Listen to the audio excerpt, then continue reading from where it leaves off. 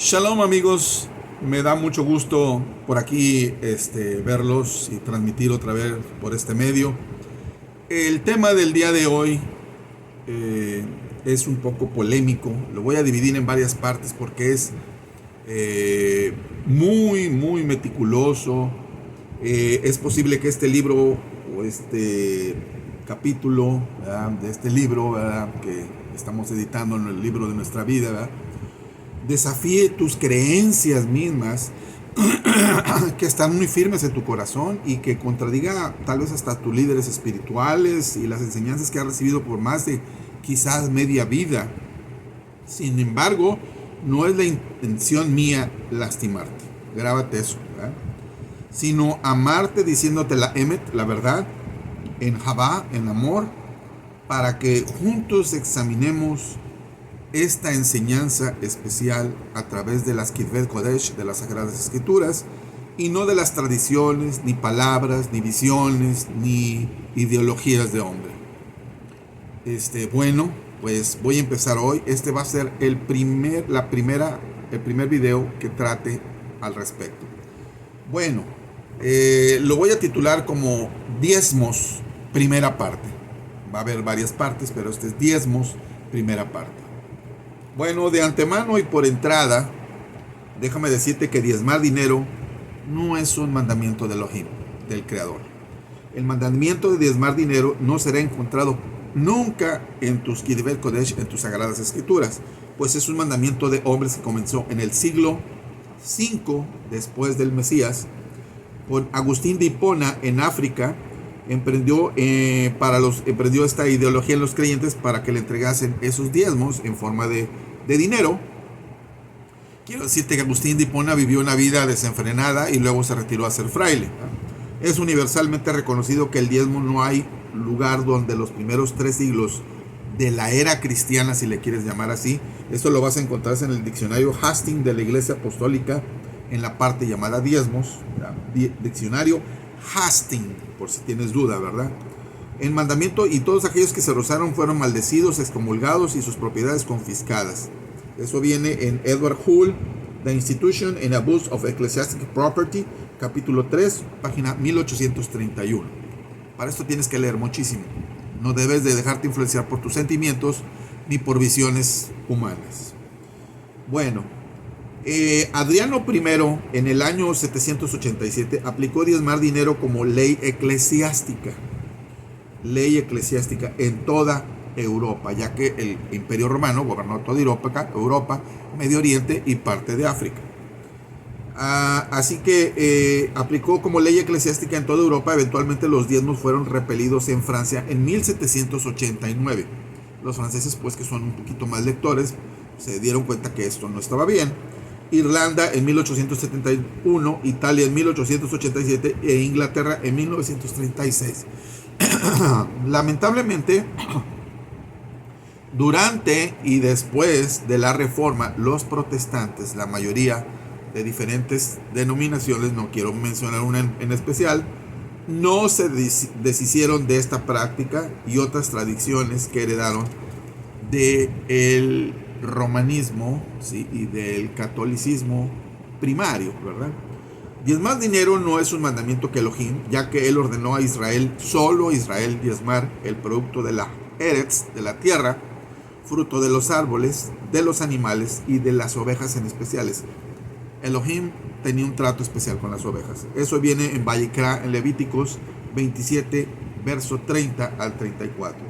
La Mishnah, por si tienes ganas de consultarla, que está en hebreo, la Mishnah es el código de la ley judía.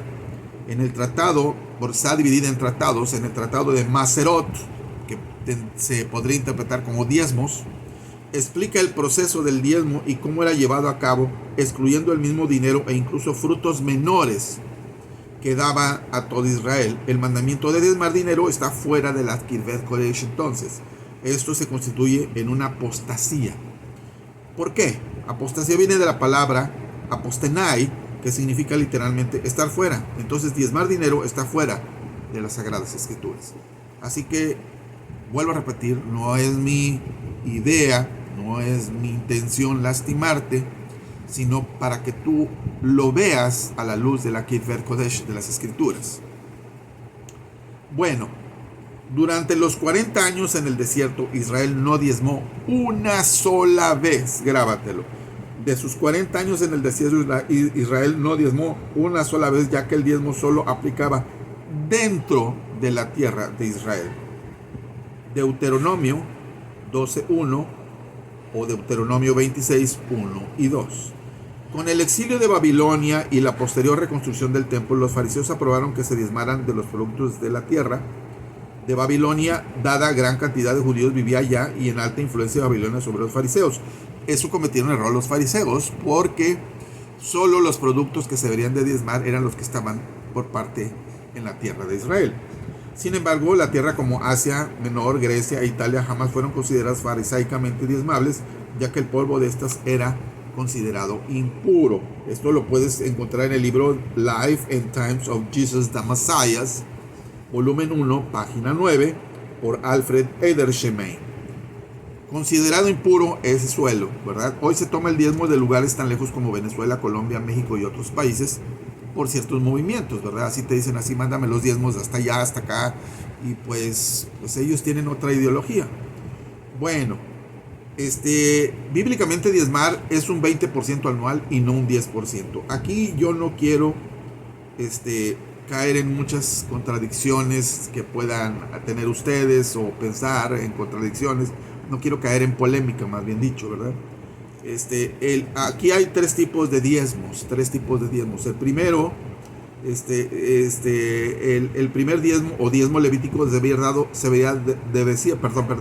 ser dado por los hijos de Israel a los levitas. Eso viene en Números 18:21. Grábate bien las citas. De los productos de la Haaretz, de la tierra, y animales que eran producidos en Israel. Levíticos 27, del 30 al 34. Y funcionaba como un impuesto para alimentar a los levitas por su trabajo en el santuario. El segundo diezmo debía ser llevado a Jerusalén, en Devarim, Deuteronomio 14, verso 23, en una de las festividades de peregrinación. Puede ser en Pesach, puede ser en Shavuot, o en Pascua, te lo voy a decir en español, en Pascua, en Pentecostés, o en las tiendas o tabernáculos. Ambos diezmos, el primero y el segundo, deben ser dados anualmente. Deuteronomio 14, verso 22. ¿Cómo es esto de anualmente? Bueno, es muy fácil. Tú diezmabas de la ganancia, no del neto, ¿sí? O sea, de la ganancia que tuvieras. Te lo voy a explicar de la siguiente manera. Tú tienes, por ejemplo, el día de hoy. ¿Cómo se aplicaría esto el día de hoy? Porque pues la gente no lo entiende o no lo asimila. El día de hoy, el judaísmo, que es el padre del cristianismo, porque sin judaísmo no hay cristianismo, no existe. El judaísmo no da diezmos, da algo que se llama terumá, según la Mishnah, da algo que se llama maser y da algo que se llama tesaká, que podemos decir como gracia, misericordia y caridad, ¿sí? O donación, si lo quieres llamar así.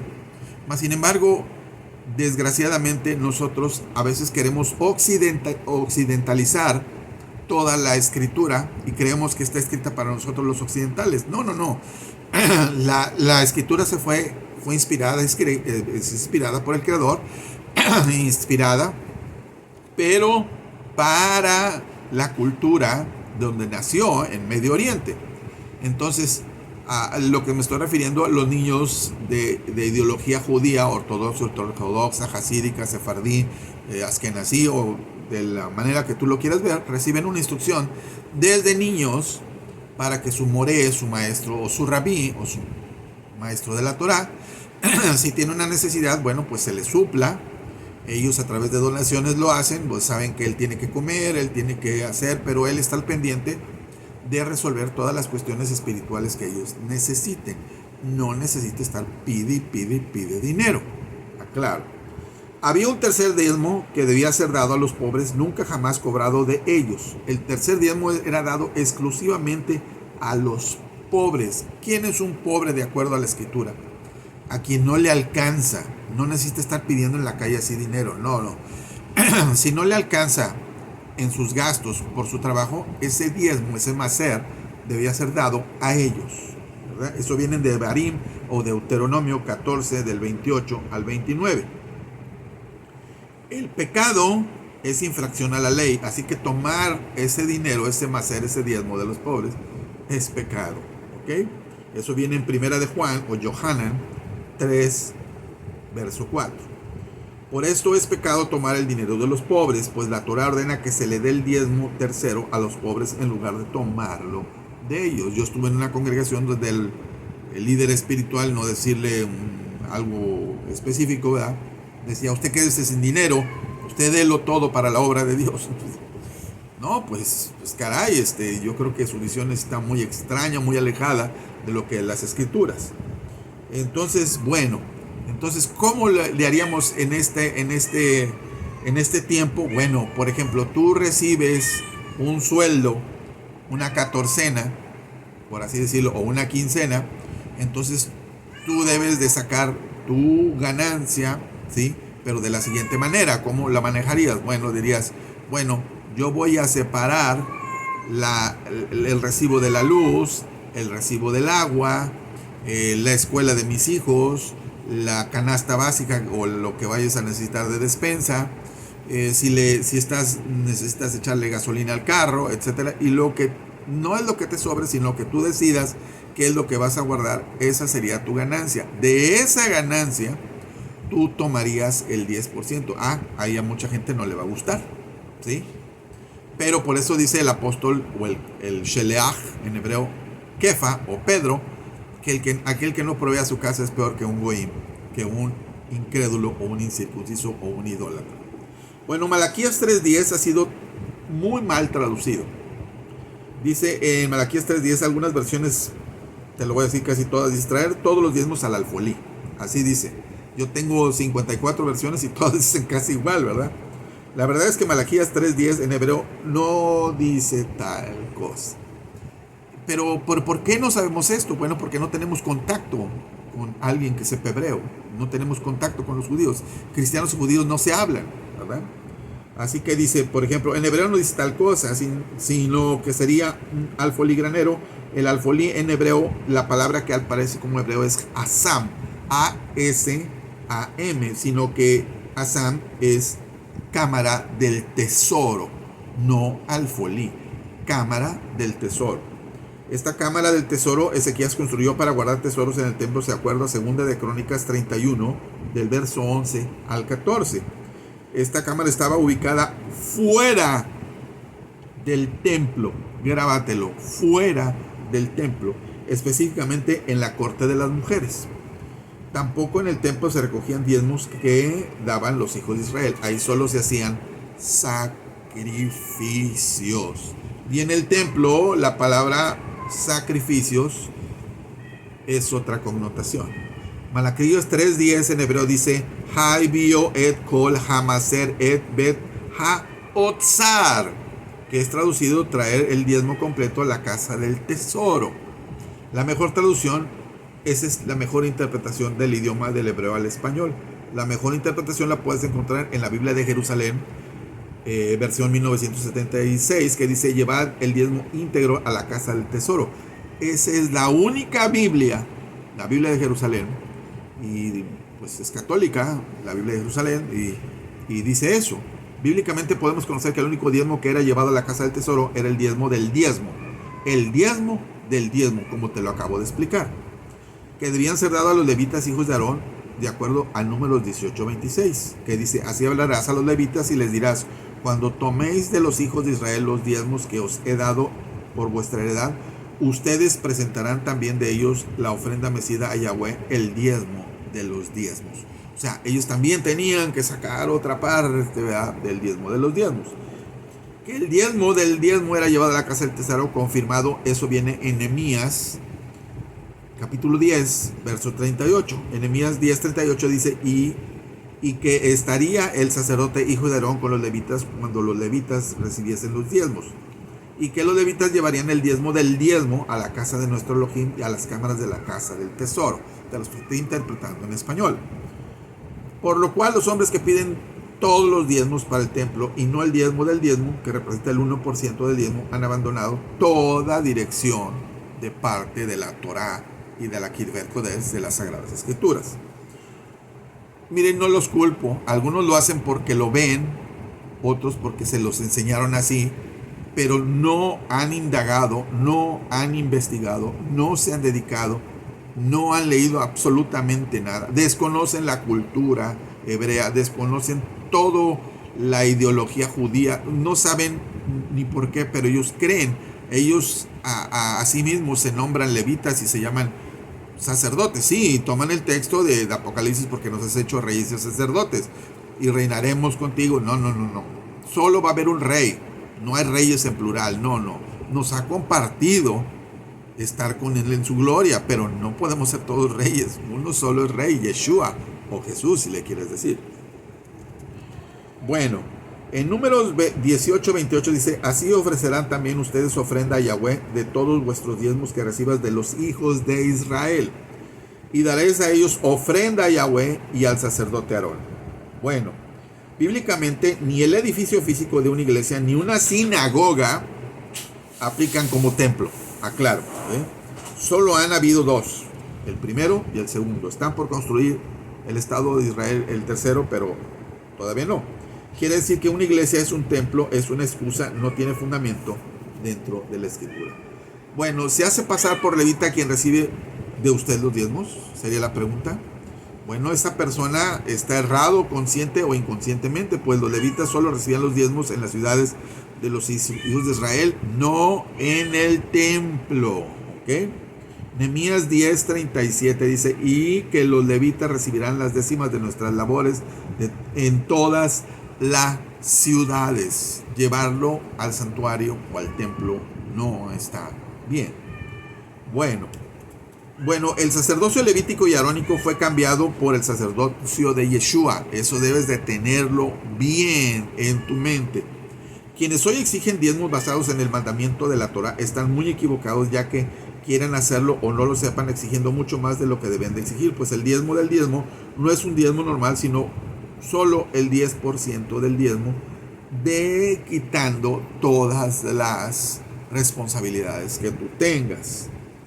Bueno, bíblicamente los pobres no diezmaban, y ya te dije quién era un pobre de acuerdo a la Torah, o sea, alguien que no le alcanzaba, no es que estuviera pidiendo limosna, no, simplemente que no le alcanzaba, y si no te alcanza, pues no tienes ganancia, entonces obvio que pues no diezmabas. Eso viene en Levítico 27 del 30 al 34. Por eso Yeshua y sus discípulos nunca diezmaron, los mismos trabajadores de la tierra no debían pagar los diezmos.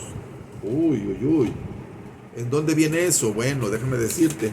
En la Mishnah o código de la ley judía, en el Tratado de Maserot, diezmos, capítulo 1 y capítulo 2. Los judíos a quienes fue dada la Torah dejaron de diezmar en el año 70 después del Mashiach, o después de Cristo, si le quieres decir así. Bueno, ¿por qué? Bueno, dejaron de hacerlo cuando fue destruido el segundo templo por Tito, por órdenes de Vespasiano, y pues este diezmo quedó fuera. Gran parte del judaísmo espera la venida del Mesías para que señale la ubicación de dichas cenizas para purificar a los sacerdotes para su servicio en el templo. Las leyes del diezmo son tan sagradas así como la Torah, que condenan a muerte al levita si hoy toma los diezmos, ojo con eso, y no lleva el diezmo del diezmo sacerdote hijo de Aarón en el templo, Números 18:32. Pero no hay templo, no hay sacerdocio arónico. Por estas otras razones los judíos no diezmamos desde el año 70, confirmado en la Mishnah, el código de la ley judía, tratado Sotá 9:13. Bueno, la Mishnah es el segundo libro más importante del judaísmo después de la Torah, y en ella son descritas las leyes que deberían seguir los judíos en cada ritual, mientras los judíos que recibimos el mandamiento de Elohim de diezmar dejamos de hacerlo hace más de 1900 años. En el siglo V después de Cristo, después del Mesías, los cristianos de la Iglesia Católica les impusieron la tradición pagana, ahora sí voy a utilizar el vocablo, ¿verdad? La pagana de diezmar dinero. En Babilonia se diezmaba dinero a Baal en tiempos de crisis durante ataques del enemigo. Eso lo puedes leer en Olmo Lete, es un libro, Olmo Lete, 1999, editado en 1999, la página 304 y 305. Tristemente, la misma costumbre se ve en muchas congregaciones cristianas y judío-mesiánicas que salieron del cristianismo, ya que el momento de ver una crisis económica procuran diezmar dinero, o sea, para aplacar la ira o la cuestión o la crisis, ¿verdad? Pero ya te dije que las cuestiones de diezmar tenían que ver con los productos agrícolas y con la cuestión de los animales producidos en la Eretz Israel, en la tierra de Israel. Abraham solo diezmó una sola vez y no de sus riquezas, porque si te estás amparando en Abraham, que Abraham dio los diezmos a Melchizedek, o Melquisedec si le quieres llamar, te estás excusando en eso. Él nada más diezmó una sola vez y no fue de la ganancia de él, sino simplemente fue un despojo de guerra. Él decidió dar lo que había recogido y se quedó con las vidas humanas y dijo, yo me quedo con las vidas humanas, ahí te quedas con todo. Y Melchizedek le sacó pan y vino, o sea, quiere decir que Abraham había olvidado un poco el Sidur de Shabbat, ¿verdad? Y está interesante. Bueno, en el Brit Hadasha, en el nuevo pacto, no se enseña a diezmar, sino ofrendar. ¿Okay? En ocasiones, quienes hoy diezman lo hacen guiados erróneamente por maestros o enseñanzas que usan descuidadamente textos del Nuevo Testamento. En el Nuevo Testamento, de las 9 veces que aparece la palabra maser o diezmo, en ninguna ocasión es para imponerlo a los creyentes del nuevo pacto, ¿sí? Sino como propósito de redarguir a los perushim, a los fariseos. Mateo 23, verso 23, Lucas 11, 42, y enseñar históricamente a los creyentes en Hebreos 7, verso 2, 4, 5, 6, 8 y 9. Y el cumplimiento de la creación de los diezmos, Hebreos 7, del 12 al 18. En el Brit Hadasha, o Nuevo Pacto, o Nuevo Testamento, se enseña a favor de las ofrendas voluntarias para los Kedoshim, para los santos, así le quieren traducir, ¿verdad? O los hermanos pobres. Ya te dije quién es un pobre, ¿verdad? Esto puede ser comprobado en Aleph Corintios o Primera de Corintios 16 del 1 al 2, Segunda de Corintios 9 del 7 y Segunda de Corintios 8 del 1 al 3. Evidencia de ello da Tertuliano, que vivió entre los años 160 y 200 después del Mashiach, o de Cristo, si le quieres decir. Escribe que no se pedían diezmos, sino que daban ofrendas voluntarias. Te voy a decir lo que dice Tertuliano literalmente. Y aunque exista entre nosotros una caja común, no se exige una suma obligatoria a los elegidos como si fuera religión fuera sacada de subasta. Cada cual entregará una módica suma un día fijo del mes, cuando quiere y si puede, porque a nadie se le obliga a dar. Cada uno contribuye espontáneamente. Estos son unos fondos de ayuda, porque de ellos se saca dinero para banquetes, fiestas, ni estériles, ni cosas así, para alimentar y sepultar a los menesterosos, niños, doncellas, huérfanos y a los criados y a los ancianos. No solo Tertuliano registra que no se pedían diezmos, sino que también se consideraba de poner una suma obligatoria del 10% de los ingresos era sacar a la misma religión en subasta, como si fuese una subasta. En Hechos 20:33 dice, ni plata, ni oro, ni vestido de nadie he codiciado. Eso lo dice el apóstol. En Hechos 20:34 dice, antes ustedes saben que para lo que me ha sido necesario a mí y a los que están conmigo, estas manos me han servido para trabajar. Hechos 20:35, en todo lo que he enseñado, que trabajando así se debe ayudar a los necesitados. Y recordar las palabras del Adón Yeshua, del Señor Jesús, que dijo, más bienaventurado es dar que recibir. En la primera carta a los tesalonicenses, el apóstol Pablo enseña más claramente y en mayor detalle cómo es que trabajan para no ser gravosos a los creyentes, o sea, no ser una carga.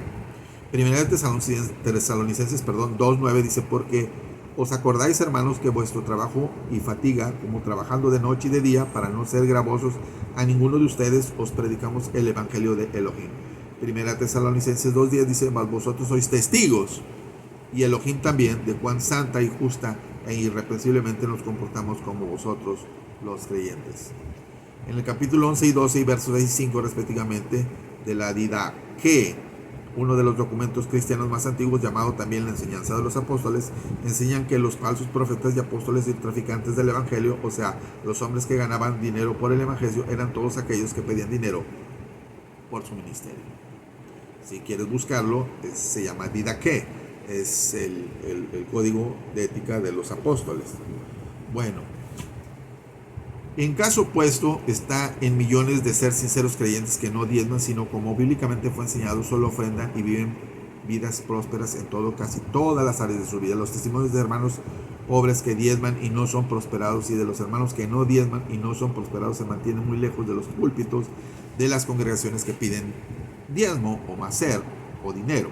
Quizás es porque en estas congregaciones no hay nadie que gane nada por estos testimonios. Bueno, el pecado es infracción a la Torá, mal traducida como ley. Esto es confirmado en 1 de Juan 3:4. Y dice, y todo aquel que comete pecado no infringe la Torá o la ley, pues el pecado es infracción de la ley. Para practicar el diezmo, como hoy se hace, incurrente en muchas infracciones de la ley. Una lista no completa de las infracciones de la ley o pecado que se comete diezmar sería la siguiente. Es pecado recibir el diezmo si no eres levita. Si no tienes cómo comprobar que genéticamente eres levita. Pero no vais a salir con la palabra esa de que yo soy levita espiritual, porque mira, pues si tú eres levita espiritual, yo soy hijo de Aarón espiritual, ¿verdad? No, eso viene en Números 18:21, ¿verdad?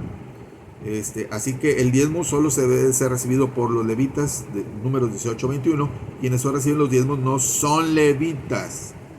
Los levitas eran hombres descendientes de la tribu de Leví, y no en el Nuevo Testamento no hay una sola ordenanza para que explique quienes ministran o trabajan bajo el Nuevo Pacto o en el Nuevo Testamento, Brit Hadasha, sean llamados levitas. Pasarse por levitas fue un hábito que se desarrolló en el clero después del segundo siglo, pero que Usa le costó la vida. Eso viene en 1 de Crónicas 13, del 9 al 11. Segundo punto, es pecado cobrar diezmo de los pobres.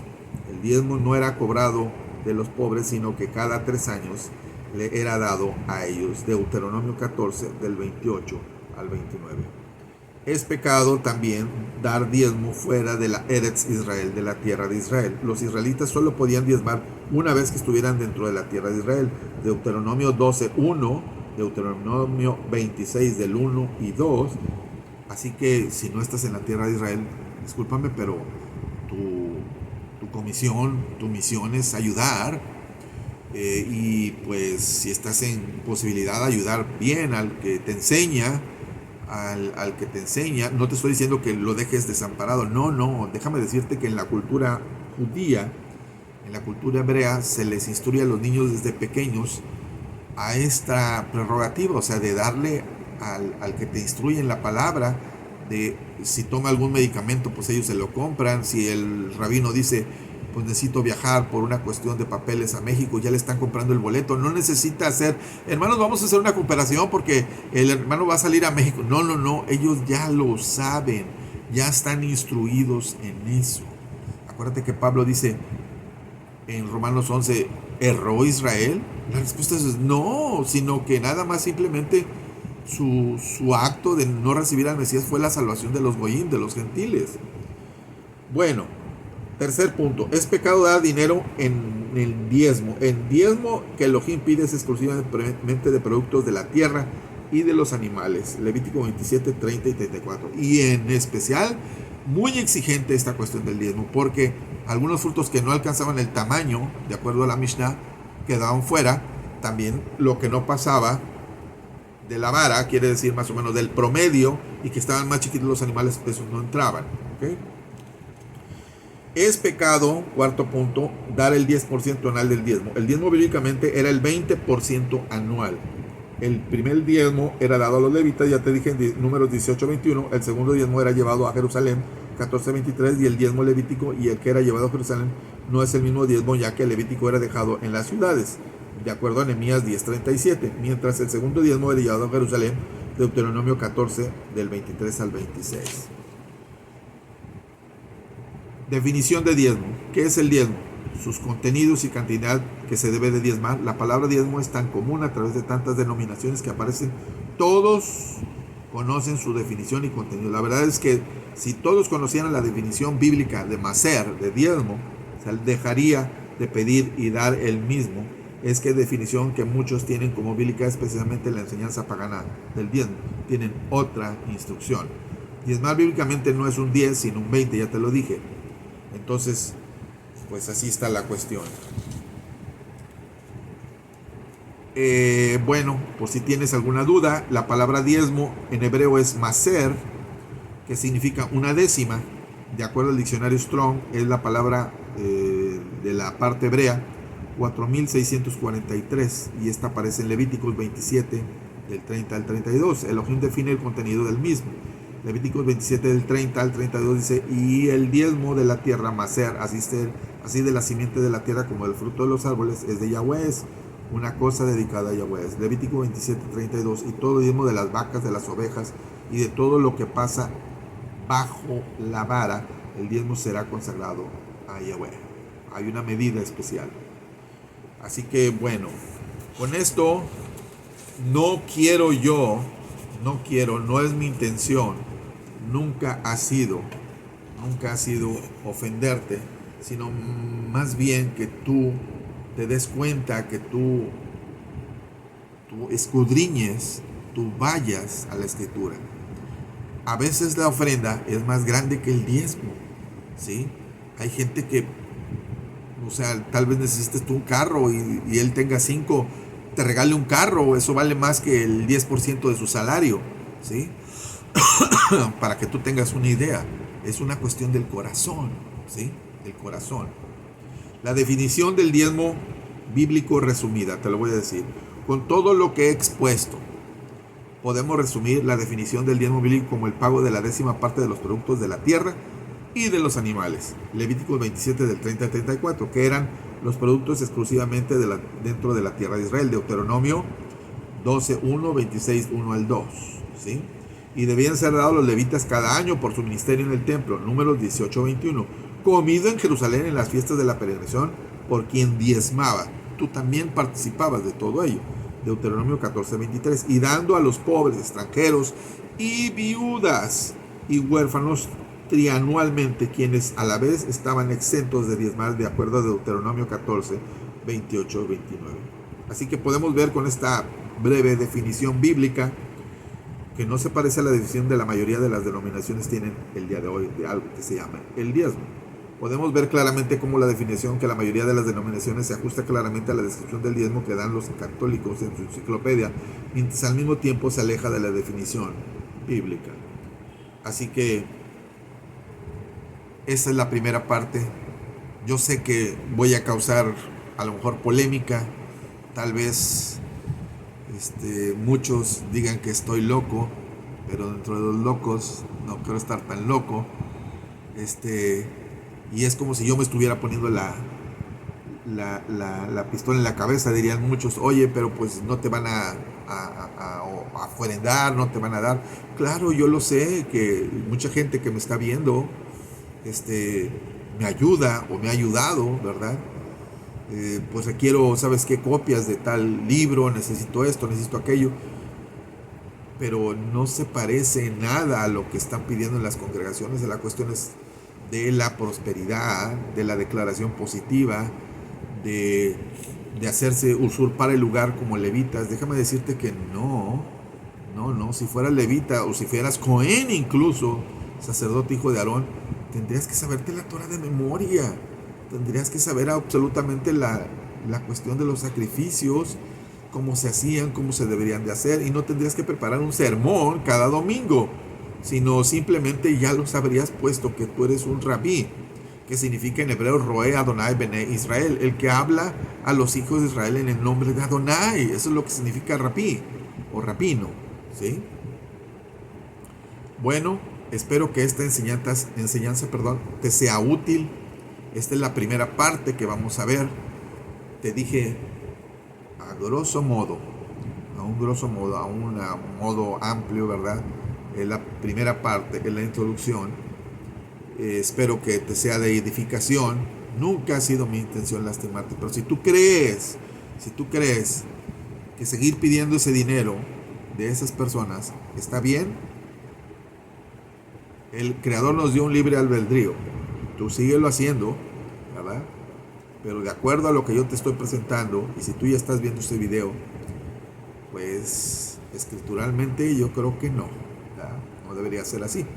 Pero te recomiendo que tú lo consultes haz oración, haz tefilá, ve como dijo Yeshua, en secreto, y pide al Padre que te abra tu entendimiento, ¿verdad? Para que sepas, porque va a llegar el momento en que no va a haber, la élite mundial va a controlar la cuestión financiera, la cuestión de salud, la cuestión educacional, y que te van a diezmar, las congregaciones van a quedar absolutamente fuera de todo, ¿verdad? Entonces vamos a tener que intercambiar muchas cosas, ¿verdad? De acuerdo a nuestras necesidades. En Israel se está haciendo un ensayo de este tipo que se llaman kibbutz. En esos famosos kibbutz, pues el efectivo no existe. Unos siembran limones, otros siembran naranjas, otros crían ovejas, otros crían vacas, se intercambian cosas, viven tranquilos, ¿verdad? Y creo que es un ensayo para la Tilabó, para el milenio. En el milenio, déjame decirte de una vez, de acuerdo a Isaías 66 y Zacarías 14, ¿verdad? Se va a estar dando el producto de la tierra y llevado a Jerusalén a los pies del Melech, del rey Yeshua, en el Atid Labó, en el mundo por venir o en el milenio, ¿verdad? ¿Por qué? Del fruto de la tierra no llevaremos dinero. La gente, yo creo que no ha razonado que el sistema económico, social, político y económico va a estar rigiéndose en el milenio. No, déjenme decirte que no, eso no va a funcionar. No va a funcionar absolutamente nada de eso. Espero que esta pequeña enseñanza de introducción te sirva. Checa muy bien, vuelve a poner el video, checa muy bien los textos, las citas, ¿verdad? Decidí no hablarlo en hebreo, no tiene ningún caso, ¿sí? Está repitiendo en hebreo y luego en español, ¿verdad? Pero pues si hay necesidad, pues así lo haré. Creo que esta es mi misión en esta vida, tratar de abrir los ojos de aquellos que aún no los abren. Que el Eterno te bendiga y te guarde, que Él haga resplandecer su rostro sobre ti y tenga de ti raja, misericordia. En el precioso Shem de Yeshua HaMashiach.